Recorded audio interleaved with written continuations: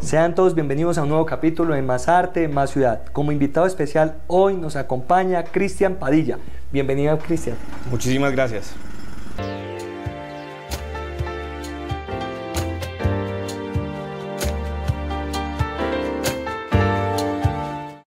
Cristian, ¿nacido dónde? Yo soy de acá de Bogotá y toda la vida acá en Bogotá trabajando en torno al arte, exposiciones, galerías, investigación. Formación. Formación, estudié artes plásticas, o sea, inicialmente me formé como artista en la Universidad Nacional, pero terminé haciendo una tesis teórica, me interesó mucho más la investigación, así que me fui después a hacer una maestría en Historia del Arte en la Universidad de Barcelona y después hice un doctorado en Historia del Arte también en la Universidad de Barcelona. Y después de estudios, ¿cómo viene desenvolviéndose ese papel de crítico y escritor?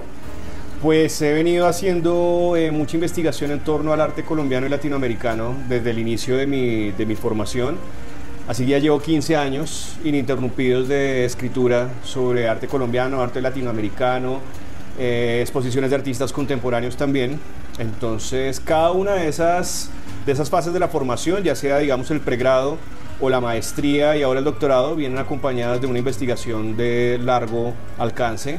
En el caso, por ejemplo, de mi carrera de pregrado, hice una investigación sobre los artistas colombianos de los años 50, así que hablaba mucho de Pedro Gómez, de Ignacio Gómez Jaramillo, de toda esa influencia del muralismo mexicano del arte colombiano. Después, en la maestría, fue una investigación sobre la obra temprana de Fernando Botero, que se convirtió después en una exposición, de ahí salieron varios libros. Y la última, que es el doctorado, es una tesis de más de 7 años que creo que voy a publicar este año y es sobre la influencia de las políticas de Estados Unidos durante la Guerra Fría en el arte colombiano. ¿Cuántos libros ya? Yo estoy perdiendo la cuenta porque hay algunos libros donde uno se dedica, digamos, como autor exclusivo y hay otros libros donde uno contribuye con otros autores, entonces uno es coautor de esos libros. Pero más o menos entre 13 y 15 libros ya se han hecho. Los más relevantes. Los más relevantes, bueno, estaba precisamente haciendo cuentas que mi primer libro ganó el Premio Nacional de Ensayo de Historia de Arte Colombiano en el 2008. Se llama La llamada de la tierra, el nacionalismo en la escultura colombiana. Y ese se publica, gana el premio en el año 2008. Ese fue importantísimo y me abrió las puertas para seguir todas mis investigaciones. El libro de Fernando Botero, que se llama Fernando Botero, la búsqueda del estilo 1949-1963, fue también fundamental en mi carrera y por otro lado, para la comprensión de Fernando Botero, ha cambiado mucho la forma de entender ahora la época temprana de Botero. Creo que ha llegado a influenciar incluso el mercado del arte porque ahora se valora mucho más la parte inicial de Botero. Y últimamente saqué un libro que ha sido un éxito rotundo que se llama Colombia, se llama Arte del siglo XX en Colombia, contado en 12 obras. Y ha sido un libro muy bonito porque es un libro que ha de alguna manera compendiado toda mi carrera. Es decir, si en los otros libros me centraba en Botero de los 50 o en los artistas de los años 30, ahora sí reviso todo el siglo XX y además lo hago desde una perspectiva también crítica, política, revisando los aspectos sociales de la historia de Colombia. Entonces este libro creo que es como un compendio en gran medida de todo lo que he venido haciendo. Además de eso, que es un libro más universal, que cabe en todos los gustos y en todas las sociedades sin inclinarse hacia un tema del arte, siendo el arte la función principal de marcar como testigo los acontecimientos de nuestra sociedad. De acuerdo, fue un libro que surgió en un momento muy particular que era como entre la pandemia y el estallido social y había una cantidad de insatisfacciones políticas que estaba viviendo en ese momento el país. Y el arte me parece que jugó un papel determinante durante ese periodo. Las manifestaciones, muchas de ellas fueron culturales. El arte tuvo un carisma político muy fuerte durante ese periodo.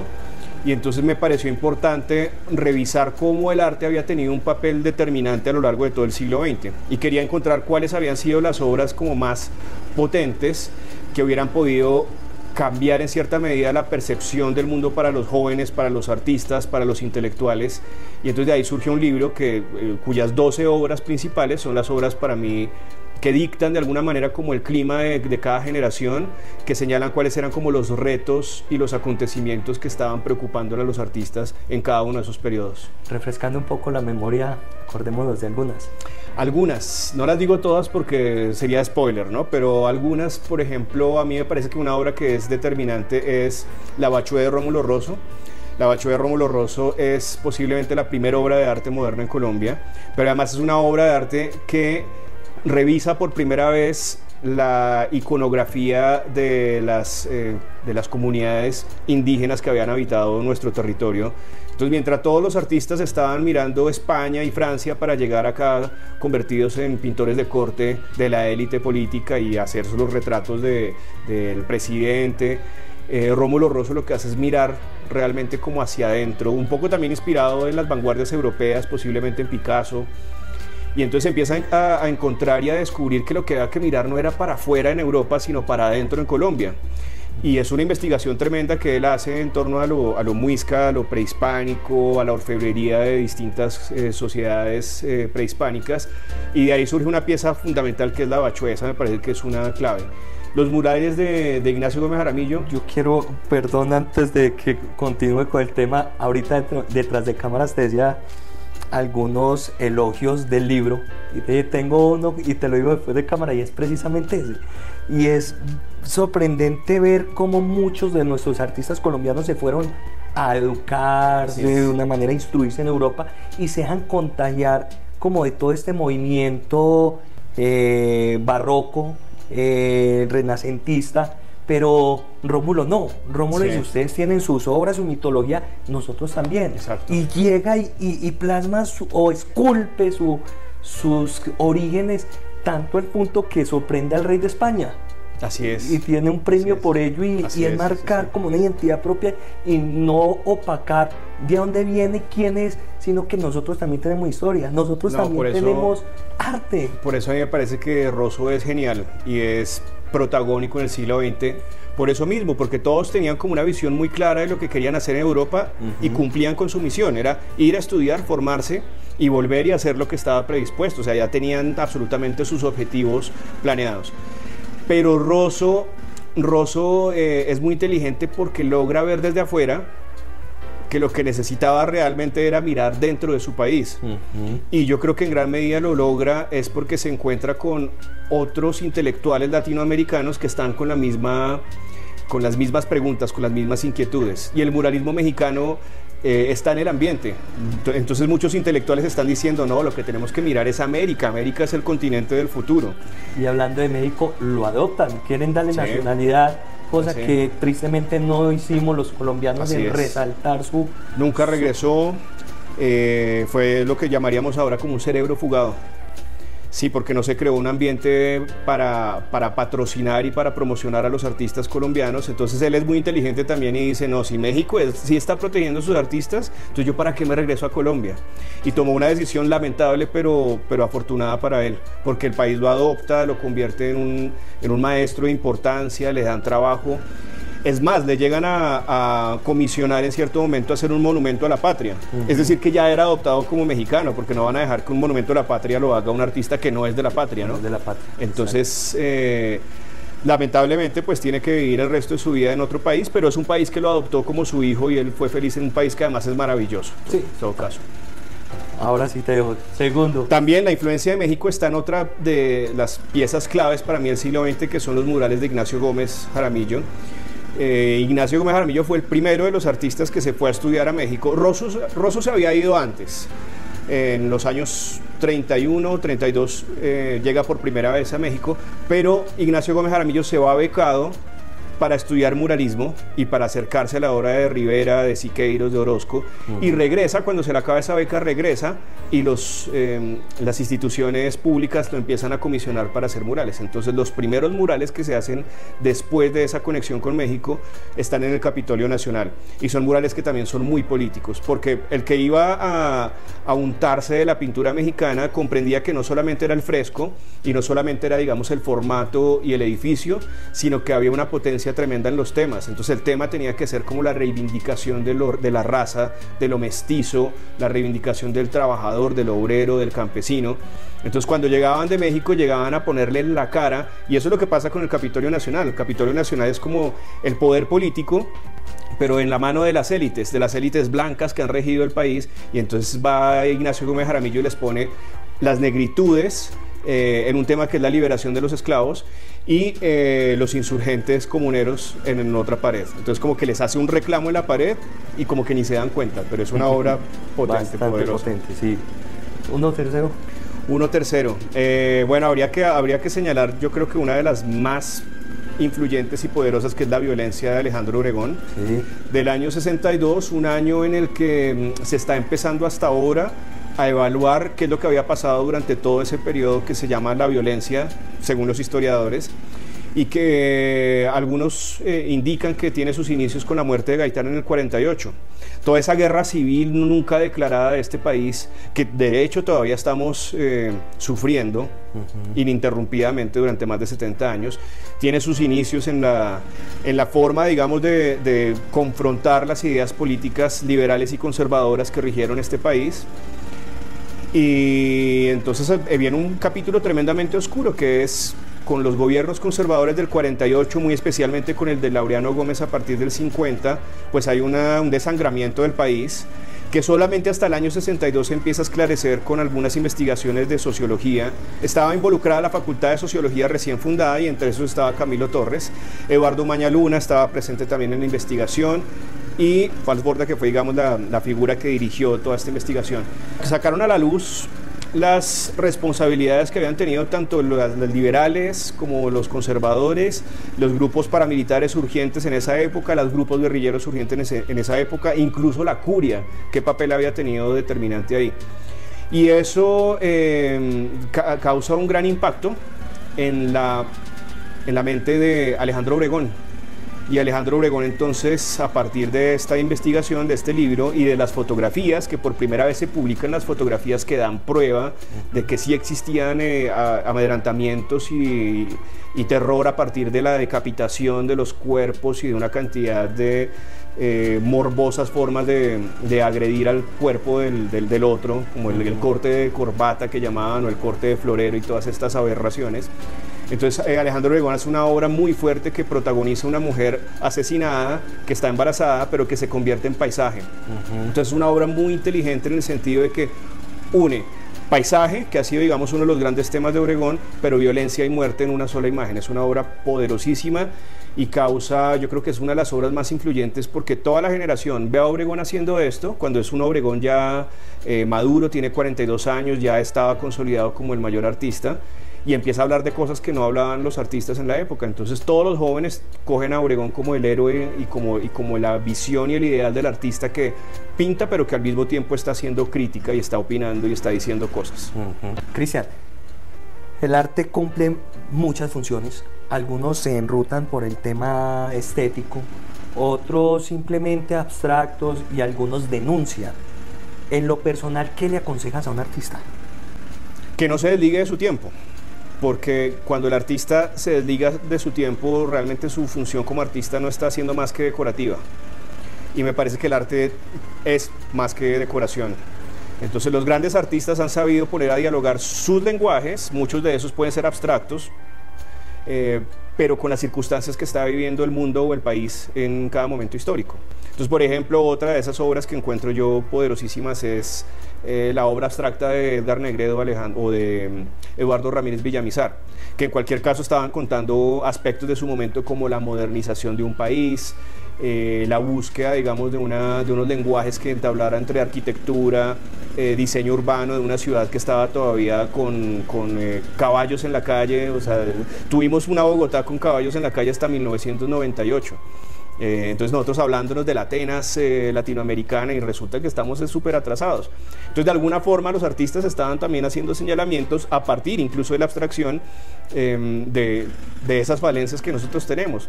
Negret tiene una serie que se llama Los aparatos mágicos, y los aparatos mágicos es también como una mirada a la tecnología, pero es una tecnología que al país no llegaba, porque los aparatos mágicos hablaba, por ejemplo, de los semáforos, de los metros. Resulta que Bogotá no tenemos todavía metro, pues Medellín sí lo tiene, por supuesto, pero Bogotá ni siquiera. El único metro que existe queda acá como a 3 cuadras, y es una estación de metro que se inventaron para el Museo de los Niños. Y yo creo que va a ser el único metro que va a haber, o sea, un metro de juguete. Entonces, seguimos en el atraso, y los artistas estaban hablando del atraso hace 50 años. Y siendo consecuentes a que no se desliguen del tiempo, ¿qué piensa del NFT, de la inteligencia artificial, con todo este movimiento que se está empezando a plasmar en obras de arte? Son temas ineludibles, es decir, ponerse en este momento a cuestionar si es arte o no es arte me parece que no tiene mucho sentido, porque al final las galerías y los museos van a terminar validando esto como arte. Lo que hay es más bien que empezar a comprenderlo, a untarse un poco de esos nuevos lenguajes que son para uno son realmente complejos, pues porque pasamos de unas formas tradicionales de expresión a otras formas que están más ligadas como a la programación, que son absolutamente temas novedosos para uno.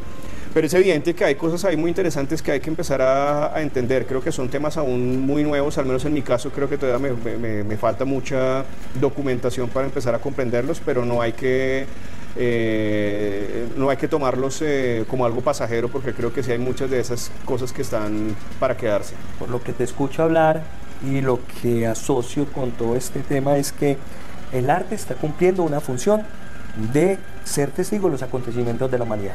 Hasta ahí vamos bien, que gracias al arte hemos podido aprender y a entender muchas costumbres, muchas creencias, muchas formas de desarrollarse una sociedad. Y eso lo está haciendo hoy en día este tipo de propuestas, que nos guste o no nos guste, es respetable, pero que está haciendo parte, sí. Es como el tema de los libros. Muchos se inclinan hacia la lectura de un iPad. Yo en lo personal soy más romántico y sigo siendo amante al papel, al sonido, al ruido que causa el pasar la hoja, al olor, y ahí me quedo. Lo mismo pasa con el arte. Puede ser que para uno le llegue este tipo de proyecciones en una pantalla. Para mí no, yo sigo siendo la persona poética, romántica, que se inclina hacia una colección tradicional. Estoy de acuerdo contigo. Yo también, por ejemplo, soy coleccionista de libros, además porque parte de mi profesión es estar revisando libros para poder escribirlos también. Pero por otro lado, hay una parte de mí que añora, por ejemplo, que todo lo que uno pueda buscar en una biblioteca pueda ser digitalizado, especialmente todo lo que tiene que ver con archivos viejos. Hace poco estaba, por ejemplo, haciendo una investigación en Cuba, y en Cuba todavía no han tenido, digamos, la posibilidad de escanear y digitalizar documentos que se los entregan a uno en la mano, y es como un pecado, porque por ejemplo tuve en mis manos todo el archivo de correspondencia entre la Casa de las Américas y Gabriel García Márquez. Y tener eso en las manos es un riesgo porque alguien se lo puede robar, pues porque son documentos que son muy valiosos y son costosos, o porque se puede simplemente romper una hoja, y esto es un material que debe tener mucho cuidado a la hora de ser consultado. Entonces la digitalización me parece que sí es algo que es importante, valioso, y también que también como que a uno como investigador le ahorra tiempo. Entonces hay una parte que dice, sí, me encanta todo en físico, pero hay cosas que sí es mejor que estén todas en consulta. Me contaba, por ejemplo, un amigo que dirigía hace un tiempo la casa el Archivo de las Américas, el Archivo de las Indias en Sevilla, y el Archivo de las Indias es el único archivo del mundo que es visto como Patrimonio de la Humanidad desde la UNESCO. Entonces ellos recibieron un estipendio para gastarlo en la digitalización de sus más importantes archivos, los más consultados. Entonces la gente ya no tiene que ir a sacar un documento firmado por Cristóbal Colón, pues porque además esa cosa debería ser pecado tocarla, sino que está escaneada, y el que lo quiera consultar se le manda el PDF y lo consulta. Entonces con el arte me parece que también pasa algo semejante, y es que primero que todo hay que recordar una cosa, y es que la historia del arte ha sido la historia de la tecnología. Entonces a veces pensamos que el arte tiene que ver con la tradición, y es lo contrario. El arte siempre ha estado ligado a cualquier descubrimiento que ha ido ocurriendo. O sea, el cine influyó completamente en la forma en cómo que se empezó a comprender las vanguardias, el cubismo, el futurismo. La fotografía se unió al arte en el momento en que apareció la fotografía, y así sucesivamente. Cuando ha aparecido algún nuevo adelanto tecnológico, el arte ha estado siempre como de la mano de eso. No es que el arte sea única y exclusivamente como pintura. Incluso si se tratara de pintura, el óleo también apareció en su momento como un adelanto tecnológico en su momento. Entonces habían artistas que también decían, esto no es arte, entonces sigamos con el fresco y con las viejas tradiciones. Entonces Eso que creemos que es tradición realmente ha sido parte también de rupturas y de vanguardias. Obregón con el acrílico, cuando Por ejemplo, cuando él empezó a trabajar el acrílico. Y le atacaron el acrílico. Sí. Y le atacaron el acrílico. Y el acrílico, él decía, no, si Vermeer hubiera sabido pintar con acrílico hace 600 años, 400 años, lo hubiera utilizado. Y seguro que sí. De acuerdo. Cristian, bajo ese ojo tan educado, esa exigencia en la crítica que va más allá de la emoción que puede jugar en el papel de un coleccionista, ¿qué te inclina a coleccionar? Que las obras tengan mucho que decir y que estén alineadas, es un poco como con la música, ¿no? Al final nosotros hacemos todo el tiempo colecciones de cosas, de pronto no nos damos cuenta, pero la música me parece que es el tipo de conexión que uno logra con ciertos autores, que en este caso son músicos, con cierto tipo de temas y con cierto tipo de ritmos. Es como, por ejemplo, en ese caso uno podría decir que un coleccionista encuentra una conexión más con el arte abstracto que con el arte figurativo, o de pronto simplemente hay como unas líneas que se va buscando dentro de la manera en que uno va recopilando cosas. Entonces a mí me interesa mucho el arte que tiene alguna profundidad en términos históricos. Como historiador, entonces me gusta que las obras me cuenten una versión de la historia. Sin importar la expresión o el movimiento, digamos, expresionismo figurativo. No, pero desde que yo vea que realmente es una pieza que investiga. A mí, por ejemplo, en el arte contemporáneo lo que me interesa realmente no son como los chispazos y como la imagen, en ese caso decorativa, sino más bien que la imagen me pueda contar una investigación, una historia. Y hay artistas que se centran en procesos muy largos de investigación, que trabajan con comunidades, que revisan el pasado para contarnos aspectos del tiempo presente. Y entonces aprendo, o sea, si el arte te enseña cosas que tú no sabes, me parece que ahí es donde realmente vale la pena, más que, por ejemplo, una pieza que simplemente rima con el sofá o algo por el estilo. ¿Pintura o escultura? Depende del contenido. ¿Papel o tela? Depende del contenido. Eso es lo principal. Sí, total. ¿Qué le dirías a un coleccionista? A un coleccionista le diría que ser acumulador no lo hace ser coleccionista. Que las colecciones... Punto, repítelo por favor. Sí, ser acumulador no es lo mismo que ser coleccionista. Tener obras de arte en una casa no lo hace a uno coleccionista. Me parece que el coleccionista realmente es el que genera hilos narrativos dentro de las cosas que está recopilando, ¿no? Sí. Entonces hay veces que las personas recopilan nombres. Es que tengo todos los artistas importantes del siglo XX, pero no hay conexiones. Realmente no hay como un hilo conductor que le permita a uno entender qué es lo que hace que esto esté al lado de esta otra cosa. Entonces no hay coherencia. Pasa a veces en los museos. Yo me acuerdo, hay un museo con el que yo he sido muy crítico. Es el Museo Soumaya, que es el de Carlos Slim en México, que es un museo, pues digamos, despampanante visualmente porque es una pieza arquitectónica posmoderna y tremenda. Y las obras que tiene. Pues, sí, pero las obras, cuando tú ves la exhibición, tiene unas cosas que son como tallas en marfil, que se ve que es una cuestión de acumulación y que al frente de esa tiene un Van Gogh. Entonces uno, pues, ¿qué hace esto con esta otra cosa? Si existiera de pronto alguna forma de narrar las conexiones, pero realmente ni siquiera le interesa. Entonces encuentras el Van Gogh, al lado das la vuelta y encuentras una obra de Siqueiros, luego una de Diego Rivera, y luego encuentras un Botero, y uno dice, pero acá no se está contando nada. Acá el tipo lo que está diciendo es, estoy chicaneando que tengo el poder para tener todo esto. Entonces a veces las colecciones pueden incluso hablar mal de la gente, porque dicen, no, usted no tiene ningún criterio, por ejemplo. Eso puede definirlo, encasillarlo como un amante del arte, ¿qué? Acumulador. ¿Cuál puede ser la palabra idónea para perfilar? Yo creo que es más como acumular cosas, y acumular cosas que dan estatus. Al final las obras de arte dan un cierto nivel de estatus en la medida en que estás recopilando objetos que con el tiempo se van valorizando, ¿no? Entonces, pero reitero que si no se encuentra un sentido para narrar una historia, pues me parece que realmente no se le está dando ni siquiera valor o importancia a las obras que se tienen. ¿Cómo juega el papel coherente a la hora de escribir de un artista? ¿Te debe gustar? Sí. La función, digamos, de uno como crítico, como historiador y como investigador está pues muy ligada a las formas de pensar que uno tiene frente al arte, ¿no? Entonces a veces algún artista se te aproxima y quiere que escribas sobre su obra, pero si uno no encuentra el clic y la conexión, pues no va a salir realmente de nada. Entonces hay ocasiones en las cuales pues uno tiene que declinar ante la oferta de escribir sobre artistas que por más que tengan de pronto una trayectoria, un reconocimiento y una carrera ya consolidada, pues uno no encuentra, digamos, la conexión, el clic ante eso. Entonces uno, pues, lo que dice, sí hay algunos artistas que realmente, pues uno desafortunadamente no puede pensar en la idea de escribir un libro si uno no sabe cómo le va a salir la primera página.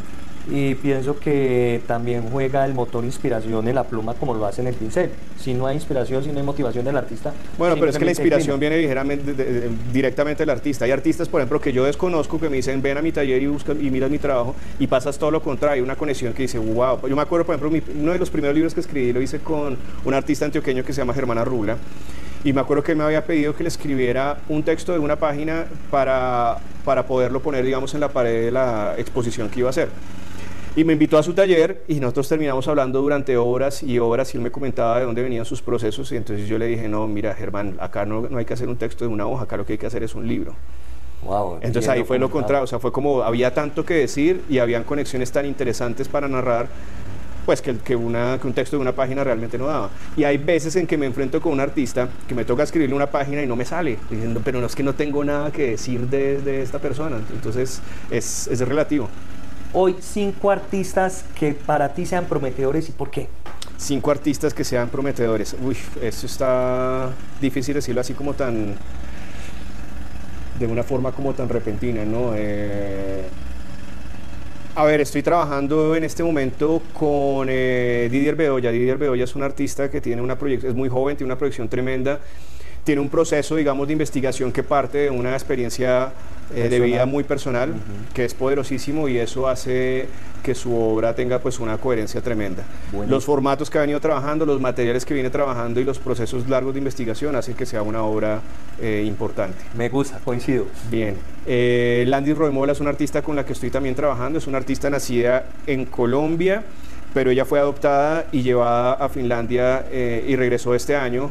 Y está empezando a reencontrarse con sus raíces, pero hay unas conexiones que están ocurriendo entre su producción que ya venía desarrollando y los encuentros que ha tenido en este caso, digamos, de sus raíces muiscas y taironas, que están haciendo que se produzca una obra poderosísima en términos, digamos, de revisión de animales que hacían parte de las tradiciones prehispánicas, y de unas montañas poderosas que ella hace como unas instalaciones y que se convierten en unos paisajes políticos tremendos, porque trabaja con basura, trabaja con materiales desechables, y además tiene una trayectoria que ya está empezando a despuntar. En Colombia es desconocida, ahora, digamos, que vino este año, empieza a tener una proyección tremenda. Respecto a interés en mí, la voy a investigar. Pues sí.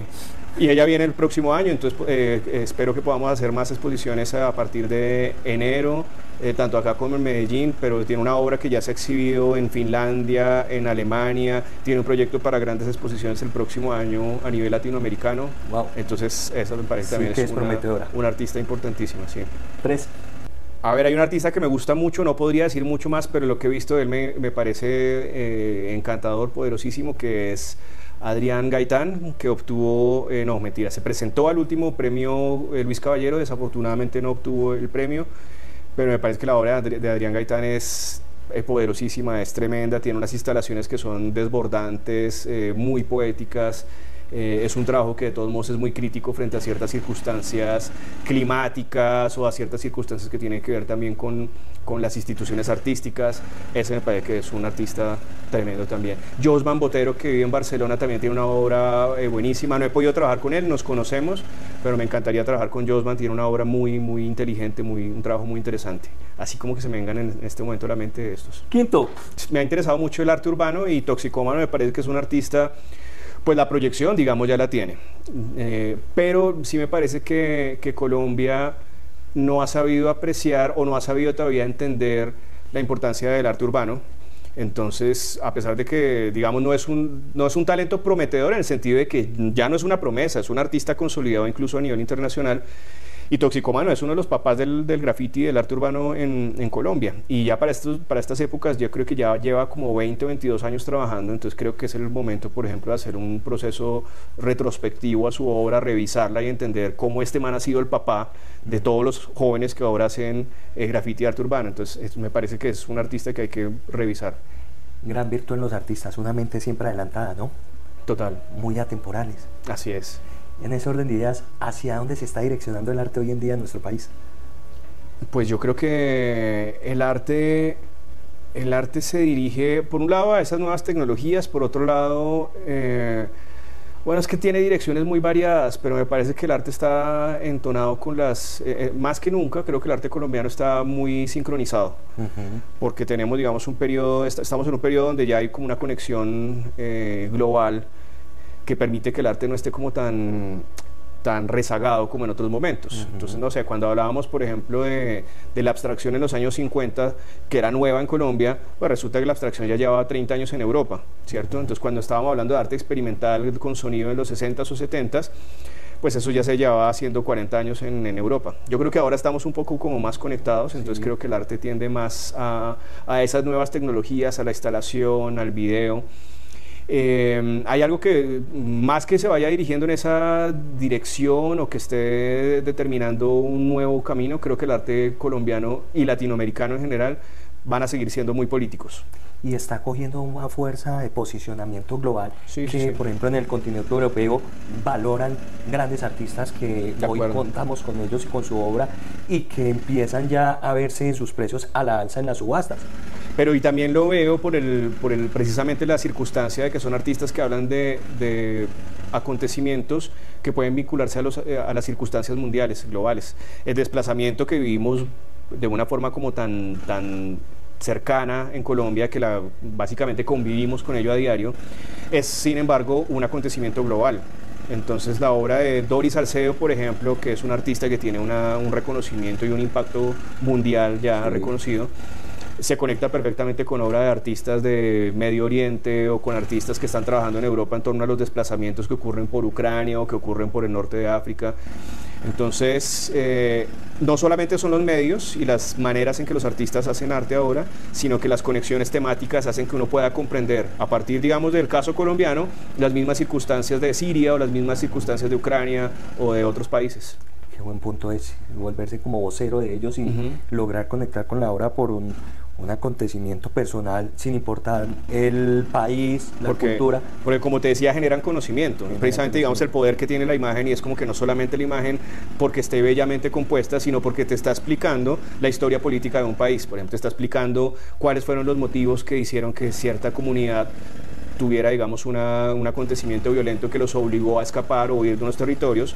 Y hay otros artistas que hacen también investigación sobre cuál es la historia de los territorios, cómo el territorio hacía parte de una comunidad indígena, campesina, y terminó en las manos de unos terratenientes o algo por el estilo. Entonces uno aprende del arte y eso le lleva a uno pues a reforzar sus ideas, a comprender que, digamos, la línea de pensamiento de uno se vincula con los procesos de los otros artistas.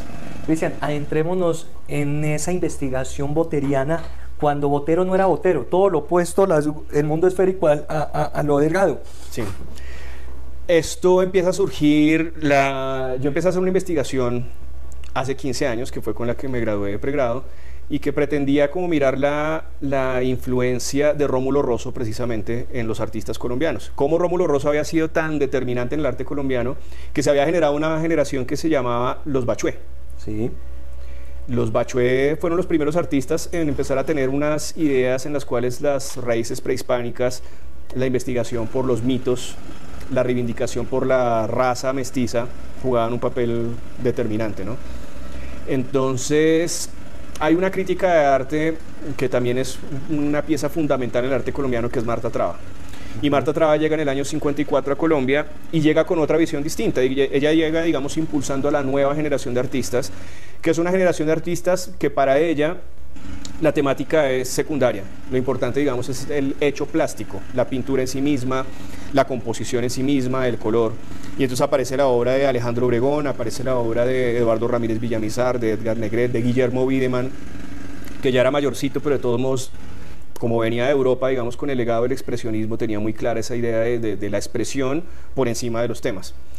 Entonces empieza a haber ahí como una puja y un combate entre las dos generaciones, entre Marta Traba y Gómez Jaramillo y Pedronel Gómez, y se odian profundamente y se lanzan todo tipo de insultos en la prensa. Y hay una generación en el medio, entonces yo quería saber de dónde, por ejemplo, surgía la obra de Fernando Botero, porque Marta Traba se había encargado de señalar a su grupo como algo absolutamente marginal a los otros, como que no se tiene nada que debérsele a Pedronel y a Ignacio Gómez Jaramillo. Pero si uno revisa la obra del joven Botero Botero está muy conectado con Gómez Jaramillo, con Pedronel, porque nace en la Medellín de los años 30, sí, que está regida por los dos grandes maestros. Medellín no tiene museos, Medellín no tenía colecciones de arte contemporáneo, entonces los dos grandes ejemplos para seguir eran los de los muralistas. Sí. Entonces ahí empiezo a comprender que Botero sí tiene un vínculo. También viene Aníbal Gil. Aníbal Gil hace parte, digamos, de esa generación, por supuesto. Y entonces empiezo a entender que Botero surge, digamos, de un contexto donde inmediatamente había como un interés por hablar de lo propio y de lo latinoamericano. Y entonces Botero va a tener mucho interés en México, por ejemplo. Entonces yo siempre intento explicar que realmente el tema de las gordas se trata más bien de un tema que tiene que ver con lo mexicano. Los mexicanos se habían dado cuenta de que la mejor forma de hacer un arte público era la misma que habían hecho en el Renacimiento los artistas como Miguel Ángel o Da Vinci, que era plasmar su historia en las paredes, sí, precisamente para poderle contar la historia a todos, incluso a las personas que fueran iletradas, que fueran analfabetas. Entonces empezaron a contar las historias, pero también empezaron a contar la Biblia, empezaron a contar todos los acontecimientos para ser unos buenos católicos a partir de las imágenes. Entonces el que no podía leer la Biblia podía verla, digamos. Y entonces cuando los muralistas mexicanos se van a Italia y entienden el Renacimiento, intentan coger ese lenguaje y hacerlo en las paredes públicas. Pero se dan cuenta de que ellos no pueden pintar a los mexicanos como si fueran rubios, ojiverdes, de tez blanca, sino que tienen que pintarlos distintos. Y en esas diferencias también se dan cuenta de que el cuerpo, o digamos las proporciones grecorromanas del cuerpo no eran las mismas de proporciones mexicanas. Entonces dijeron, tenemos que hacer más monumental el cuerpo del indígena o del mestizo, porque el mestizo es más circuloide, es más macizo, las manos son más grandes. Entonces empieza a haber como una monumentalización del cuerpo que empiezan a hacer los mexicanos. Entonces si tú miras las obras de Diego Rivera, el campesino ya se vuelve como una masa gigante, poderosa, que además por su trabajo labrando la tierra tiene unas manos poderosas, gigantes. Y los artistas a raíz de esa investigación y de ese como panegírico, como ese elogio al cuerpo mestizo, empiezan a hacer el cuerpo cada vez más monumental. Y aparece Botero, y Botero va a México y estudia esto, y Botero se va para el Renacimiento en Italia y también estudia eso, y entonces Botero empieza a magnificar el cuerpo también por eso. Y ahí empieza a encontrar su sello. Y empieza a encontrar entonces un estilo muy particular que tiene que ver desde el principio con esa búsqueda, que es una búsqueda del volumen, de la monumentalización del cuerpo inicialmente, pero se vuelve como una monumentalización de las cosas. En ese mundo esférico que comienza a incursionar, se ve muy marcado la forma impulsiva, coloquialmente diría yo, fuerte en la pincelada, que sí, es como una técnica muy similar a, si lo describo en una palabra, Crayola. Bueno, sí, el Botero viaja en el 58, muy chiquito, tenía 26 años, a Nueva York, y hace sus primeras exposiciones en Estados Unidos, y entonces conoce la obra de los expresionistas abstractos, es Jackson Pollock, Franz Klein, Willem de Kooning, y estos son los artistas que están liderando las nuevas vanguardias, y además es una vanguardia que se gestaba en América. Incluso es una vanguardia que tenía mucho que ver con el muralismo mexicano, porque Jackson Pollock había sido discípulo de Siqueiros. Entonces ellos hacían procesos experimentales en los cuales pintaban el techo, pero dejaban que se chorreara la pared y miraban qué efectos tenía la pared chorreada. Entonces Jackson Pollock empezó a chorrear todo y se inventó una técnica que después llamaron el dripping. Era una forma de pintura en la cual había casi como una danza alrededor de o sea, ni siquiera se pintaba perpendicular a la pared, sino que se pintaba en el suelo, se recorría la pintura y se chorreaba la pintura. Y ese tipo como de expresión de la pintura chorreada la encuentra después Botero cuando va a Nueva York por primera vez y queda impactado con esa forma de expresión. Entonces se pregunta, ¿qué pasa si utilizo este recurso, que además es un recurso usado para el arte abstracto, pero si lo uso para la figuración, para pintar mis Mona Lisas, cómo me quedaría?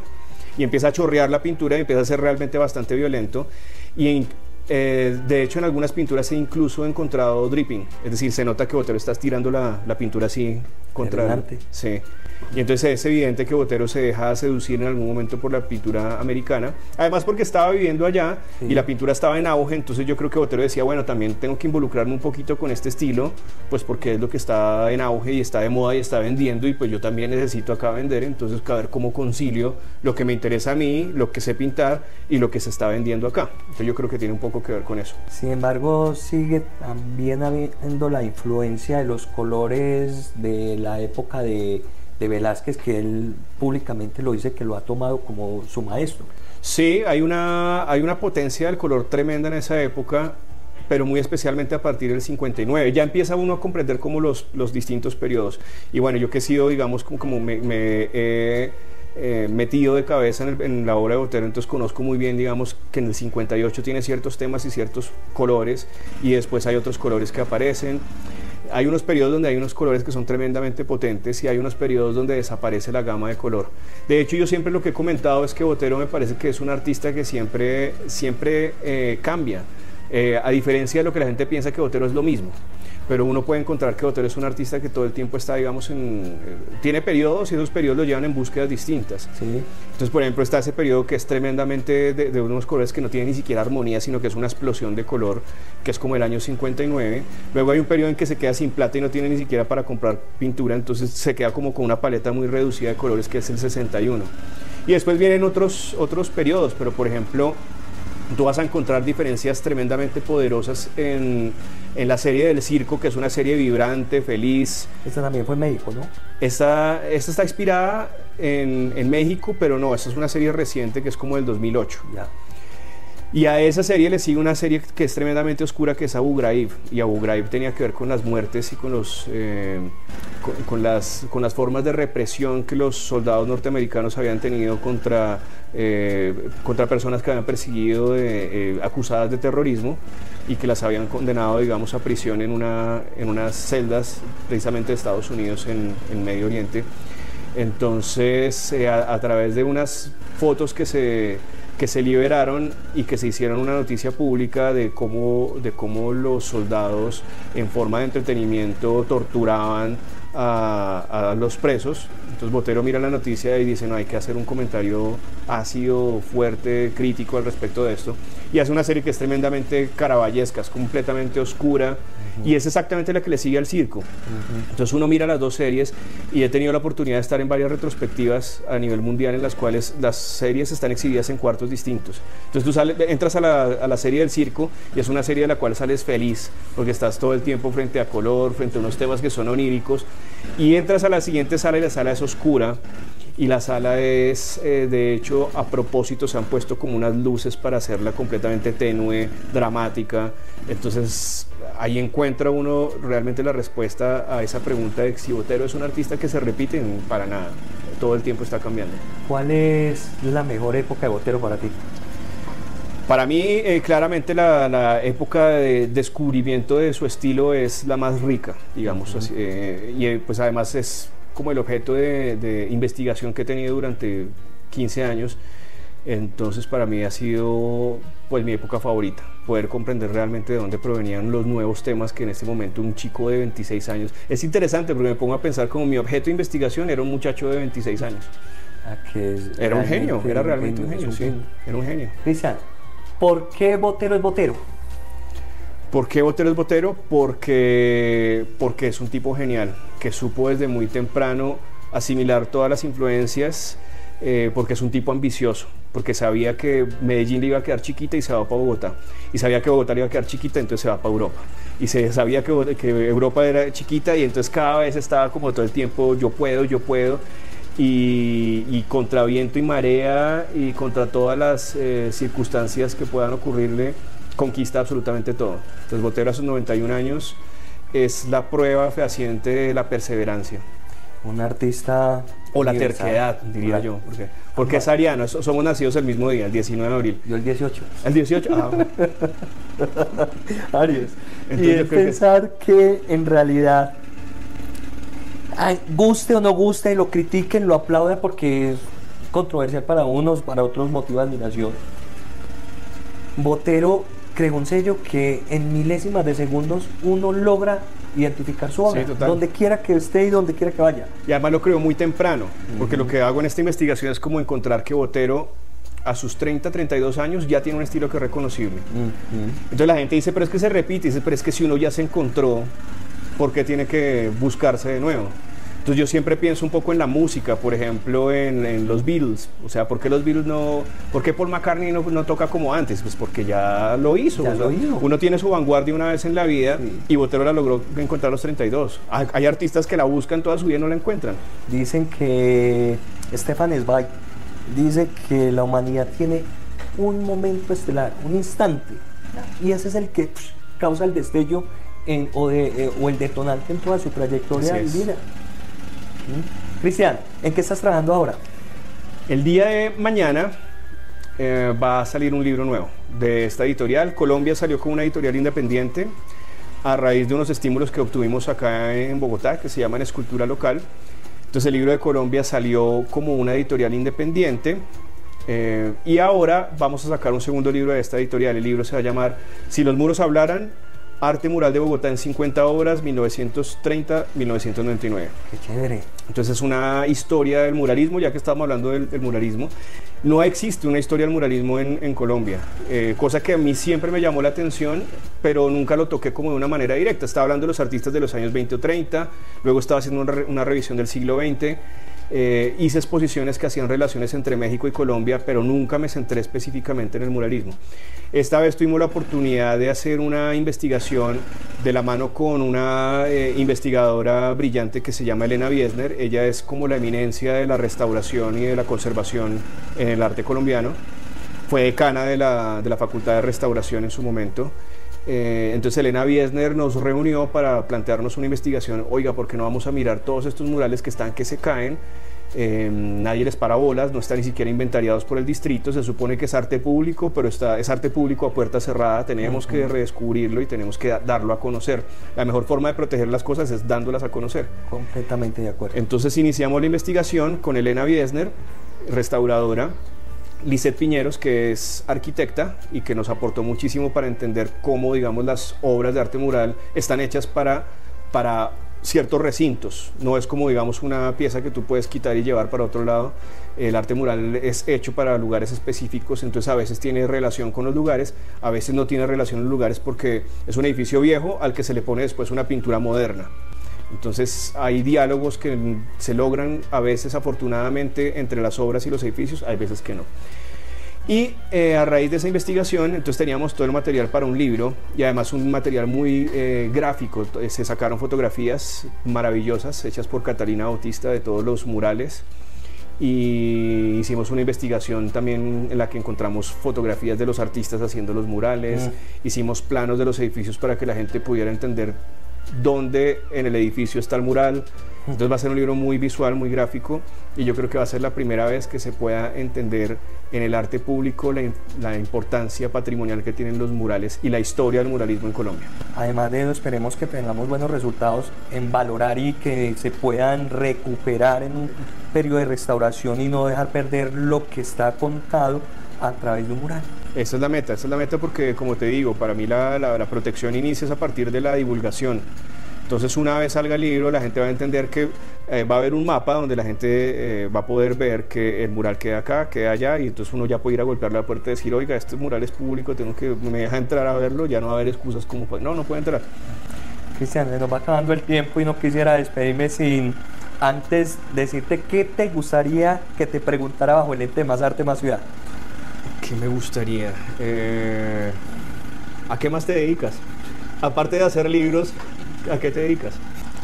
Ha sido como épocas muy intensas de libro tras libro. Entonces el de Colombia, por ejemplo, fue un libro que me costó 10 meses de sentarme en una... O sea, creo que tengo secuelas ya de por vida y es como el dolor de espalda después de meses y meses escribiendo un libro.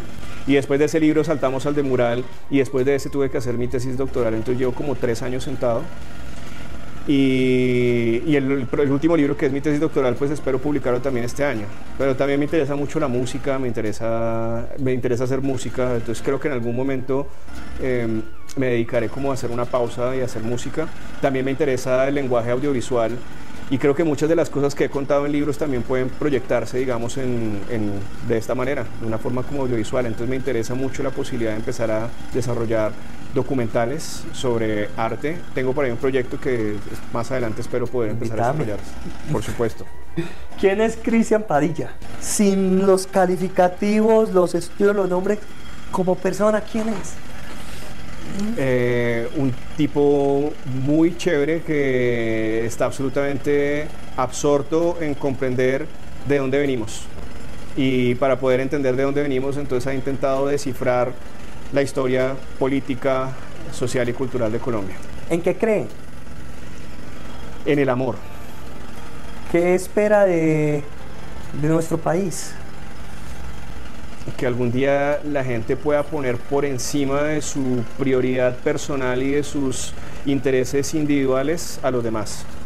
¿A dónde quieres llegar con todo este trabajo que estás haciendo tan loablemente? A cambiar la forma de ver o cambiarle la vida a las personas. Creo que realmente la función del arte tiene que ser la de cambiar el mundo.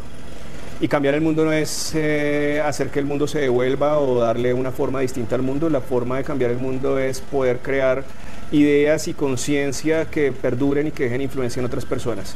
Entonces, con que 2 o 3 personas de las que hayan leído el libro puedan entender cómo el arte ha operado y cómo el arte tiene, digamos, un nivel tan importante y tan poderoso para cambiar la mentalidad, creo que con eso me siento bien servido. Joseph Beuys inventó un discurso y de una manera muy, muy bonita lo escribiste en tu libro. ¿Cómo dice? La escultura social.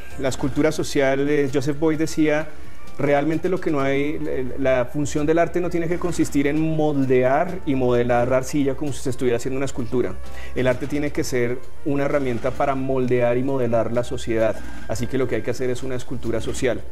Y entonces la obra de Joseph Beuys realmente es una de esas obras que cambia el mundo. Y si todos los hombres nos ponemos en función de cambiar o modelar conciencias, todo hombre somos artistas. Todo hombre artistas. es un artista, exactamente. Gracias, Cristian, por hoy hacer parte de este proyecto, de este canal, por darnos a conocer tu vida y obra y de hacer tanto, tanto bien por las artes plásticas. Muchísimas gracias a ti. Te invito a que despidas hoy el programa. Bueno, los invito a que conozcan un poco más de mi trabajo. Arte del Siglo XX en Colombia está en todas las librerías en el país, y si no, pues lo encontrarán también en la página de internet. Y bueno, nos veremos en Medellín próximamente. Hay muchos proyectos, hay también muchas exposiciones que están en este momento ahí planeándose, entonces nos veremos próximamente por allá. Esto ha sido todo por hoy en Más Arte, Más Ciudad. Sigan conectados y sigamos juntos creando conciencia y amor por el arte. Chao, chao.